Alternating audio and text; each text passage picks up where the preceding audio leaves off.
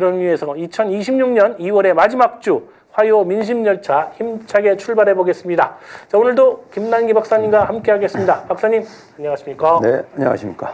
네, 오늘이 신통할 700회입니다. 네. 700회를 맞이했는데 축하의 말씀 한 말씀 부탁드리겠습니다. 예, 정말 축하드립니다. 네. 이 빗물이 이게 바위를 뚫잖아요. 네. 평소에 얘기하신 것처럼 이 꾸준함만큼 강한 무기가 없는 것 같습니다. 제가 이제 여기 오기 전에 신통하래 제가 몇 번이나 나왔나 한번 대략 세봤더니 거의 100번 정도 되는 것 같습니다. 7분의 1을 함께. 네. 예. 그런데 이제 민심열차가 이 신통할의 어떤 변화의 네. 시작 아니었습니까? 앞으로 더 많은 변화도 기대해 보겠습니다. 고맙습니다. 더욱 열심히 하겠습니다. 자, 그럼 오늘도 이재명 대통령의 국정 지지도부터 살펴보겠습니다. 네, 이번 주 이재명 대통령 국정 지지도는 직전 조사 대비 소폭 변동이 있었습니다. 큰 폭의 등락은 아니지만 흐름 자체는 안정 국면에 접어들고 있다고 그렇게 보겠습니다. 이게 긍정평가와 부정평가 격차가 일정하게 유지 또는 강화되고 있는 상태입니다. 최근 이슈가 상당히 많았음에도 불구하고 지지율이 급변하지 않는다는 것이 바로 지지 기반이 구조적으로 형성되고 있다는 그런 의미로 보겠습니다. 지난주는 한국갤럽 조사는 없었고요. 리얼미터는 2주 전 대비해서 긍정이 55.8에서 58.2로 상승했고 부정은 39.1에서 37.2로 하락해서 지금 5주 연속 상승세를 이어가고 있습니다. 보수 진보를 1대1로 가정한 NGI에서도 긍정은 58에서 60으로 올랐고 국정지수도 1.4에서 1.5로 소폭 개선이 됐습니다. 여론사 꽃은 조사 방식에 따라서 좀 등락이 엇갈린 것 같습니다. 계속 올라가기를 기대해 보겠습니다. 다음은 정당 지지율도 확인해 보겠습니다. 정당 지지율 역시 전반적으로 큰 구조적 변화는 없습니다. 다만 민주당 내부 변수, 즉 조국혁신당과의 합당 사태 이후 소위 공소 취소 모임 결성과 송영길 전 대표의 복당 이슈가 향후 흐름에 좀 영향을 줄 것으로 보입니다. 전체 조사 지지율 평균은 민주당은 49에서 49.3으로 거의 유지가 됐고 국민의힘은 30.4에서 29로 1.4%포인트 하락했습니다. 민주당과 국민의힘 격차는 18.6에서 20.3으로 확대가 되었습니다. 보수와 진보 표집의 격차도 줄어서 선거가 다가오면서 지금 양당의 지지층이 결집되고 있는 그런 모습입니다. 지역별 여론조사 결과도 지금 속속 발표되고 있는데요. 대체로 민주당의 강세, 선전이 예상되는 가운데 저는 17개 시도지사뿐만 아니라 226개의 기초단체장의 성적도 매우 중요하기 때문에 우리가 관심을 갖고 지켜봐야 될 것 같습니다. 네. 자, 지난 13일이죠. 송영길 전 대표가 2심에서 전부 무죄를 선고받았습니다. 그리고 20일에는 이 검찰이 상고를 포기하면서 이 송영길 대표의 무죄가 최종 확정됐습니다. 이 같은 날 송영길 전 대표는 많은 당원들의 환영 속에서 민주당 인천시당에 복당 신청서를 제출했고요. 6.3 지방선거와 함께 치러지는 이 개항 보궐선거와 맞물려서 송영길 전 대표의 행보에도 이목이 쏠리고 있습니다. 자, 이 김남기 박사님, 제가 알기로는 송영길 전 대표와 이 각별한 사이로 알고 있는데 자, 오늘 자세한 얘기 좀 들어보도록 하겠습니다. 먼저 박사님, 송영길 전 대표와 어떤 인연이신지 좀 알려주세요. 예. 참, 그 전에 먼저 좀 바로잡아야 되겠는데요. 네. 최근 이 인터넷 방송 나오는 패널들이 하는 얘기가 송영길 전 대표가 재판에서 무죄를 받은 것이 증거는 있지만 그 증거의 확보 과정에 문제가 있었던 것이다. 네. 이런 주장들 네, 그렇게 이제 주장을 하는데요. 사실은 예를 들어 돈봉투 사건에 관해서 그러면 그 송영길 대표가 그 직접 그걸 관여한 그런 증거가 있느냐? 그렇지 않습니다. 이 증거 자체에 문제가 있기 때문에 따져볼 필요가 없다는 거지. 뭐 명백한 증거가 있는데 이거를 묻고 넘어간다. 전혀 그렇지가 않거든요. 지금 실질적으로 혐의가 입증된 게 없습니다. 그 부분은 좀 바로 잡아야 될 것 같고요. 물론 송영길 전 대표는 그 이전부터 아주 유명 인사였죠. 네. 그런데 제가 직접적으로 송영길 대표와 인연을 맺은 거는 2010년 그러니까 국회의원인 신분에서 단체장, 그러니까 인천시장으로 예. 출마할 당시입니다. 그때 사실 수도권에서 서울 경기는 오세훈 그리고 김문수한테 저희가 졌습니다. 그래서 저희들도 야 이게 건질 수 있는 거는 인천시밖에 없지 않냐 해서 송영길 시장 밑으로 그때 많이 모였을 때 저도 이제 합류를 했고 저는 그때 당시 송영길 캠프의 전략기획팀장을 맡았습니다. 그리고 선거가 끝나고 나서는 사실 당시 제가 여러 가지 그 해외 진출 계획도 있고 했었는데 다 접고 인천시에 근무를 하면서 송영길 시장과 인연을 맺게 됐고 뭐 그 덕분에 지금까지 인천에 살게 됐습니다. 그렇군요. 그리고 제가 이제 기억하시겠지만 네. 지난 총선 때 미리 보는 출구조사에서 그렇죠. 네. 소나무당 세석을 뭐 강력하게 네. 주장을 했었는데요.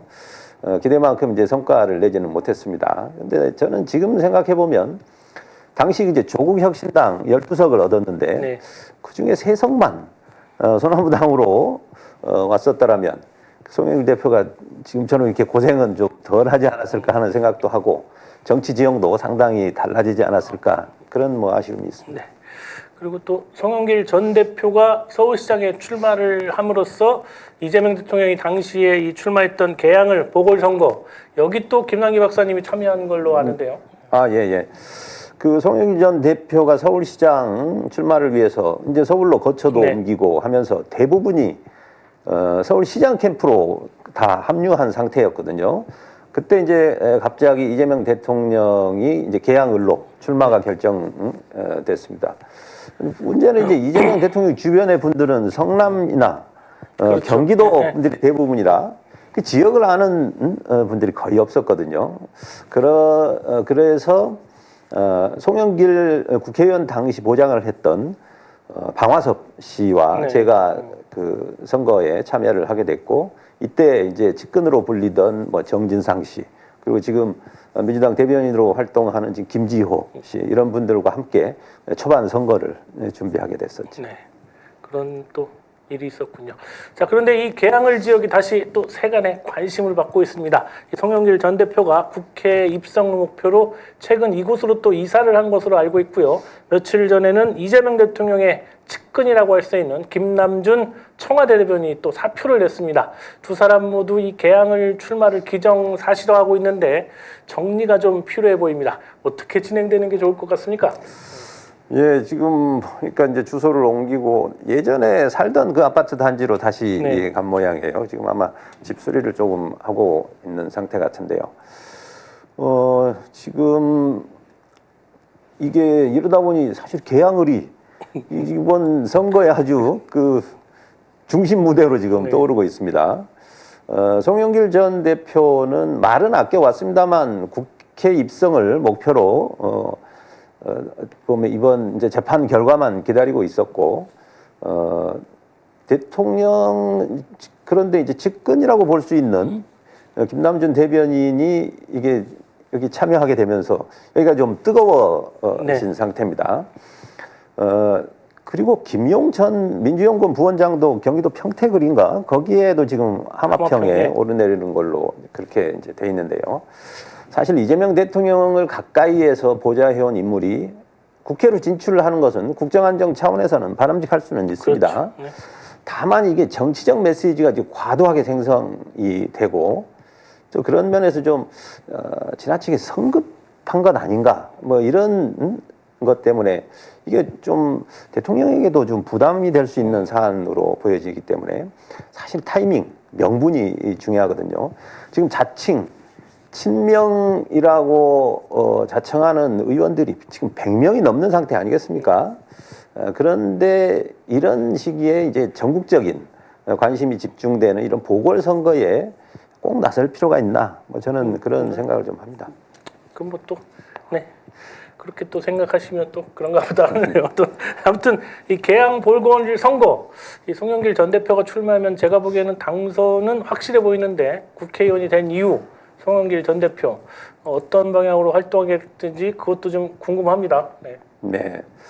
송영길 대표가 나가면 뭐 당선은 확실하겠죠. 다만 이제 최근에 이제 후보들이 그러니까 계속 개항을 해서 이제 현역 의원들이 계속 바뀌고 했기 때문에 지역에서 이제 지역 주민들이 보는 시각도 좀 중요할 겁니다. 그런데 지금 송영길 전 대표가 국회에 입성을 하게 되면 단순히 국회의원 그 300분의 1만은 아니겠죠. 일단 6선 의원이기 때문에요. 국회의장 가능할 수 있습니다. 다만 이 보궐선거가 6월 3일이죠. 네. 근데 국회의장 선거는 대개 5월 말에 하기 때문에 송영길 대표를 위해서 기다려주지 않는다면 그건 좀 어려울 수도 있을 것 같고요. 8월 전당대회 당대표 출마 가능할 수 있습니다. 다만 이미 이제 당대표를 역임한 적이 있고 이제 스스로 물러났지 않습니까? 그런 면에서 제가 볼 때는 이제 송영길 대표는 국정에 직접 참여를 해서 이재명 대통령을 가까이서 돕겠다 하는 생각이 많은 것 같습니다. 장관이나 뭐 총리도 가능하고요. 러시아 특사 얘기도 많이 나옵니다.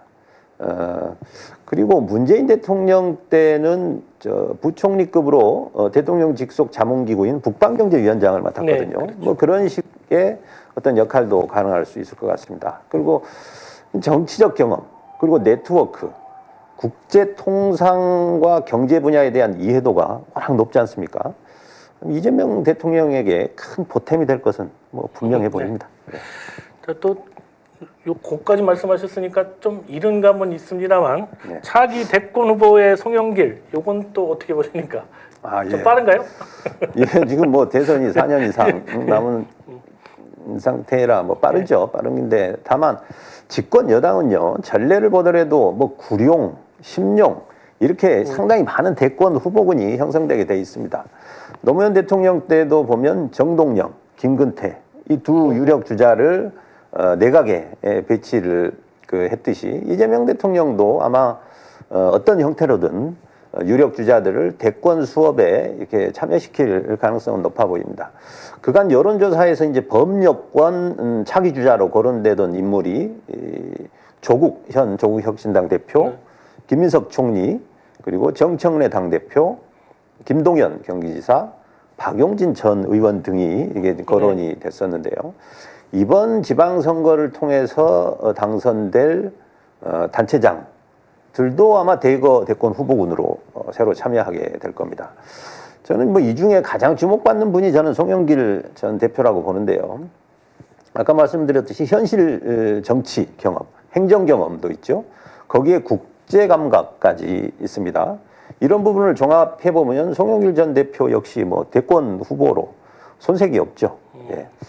아시는 분이 있는지 모르겠는데 경영학도 출신입니다. 이 경제에 대한 이해도 상당히 높은 편인데요.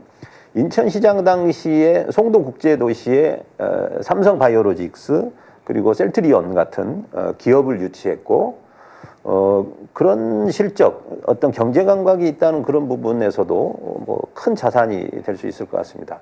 FTA도 그때 당시 이제 찬성을 했던 몇 안 되는 사람이었는데 지금 와서 그 부분도 이제 그 칭찬을 많이 받고 있는 것 같습니다. 그리고 무엇보다도 청빈한 삶으로 알려져 있죠. 그리고 1.23 내란 당시에 젊은 군인들 앞에서 호소했던 그 웅변도 많은 사람들이 박수를 치고 있습니다. 그리고 무엇보다도 이 정치 검찰에 맞서서 혼자 힘으로 싸워서 승리한 이 스토리 역시 뭐 충분한 가치가 있다고 보는데요. 무엇보다도 이런 모든 일들을 스스로의 힘으로 해결해냈다는 그런 면에서 2인자 이미지를 갖고 있는 다른 후보군들과 비교하면 상당히 강점으로 볼 수 있습니다. 다만 이게 대권은 단순히 능력 문제만으로 볼 것은 아니고 이 시대 정신과 그렇죠. 네. 부합하는가 뭐 이런 면이 이제 중요한데 앞으로 뭐 2, 3년 이 분수령이 될 것 같습니다. 네. 칭찬만 하시는 건 아닌지 모르겠습니다. 아니. 네, 김남희 박사님 오늘도 수고 많이 하셨습니다. 김남희 박사님의 저서 이재명 따라잡기 그리고 지방선거 전략 매뉴얼 네이버 스마트 스토어에서 구입하실 수 있습니다. 자, 오늘 여론조사에 관한 내용은 중앙선거 여론조사 심의원회 홈페이지 참고해 주시기 바랍니다. 여론조사 민심열차 오늘 여기까지 하겠습니다. 신통할은 내일 아침 6시 30분에 다시 찾아뵙겠습니다. 함께해 주신 시청자 여러분 대단히 고맙습니다.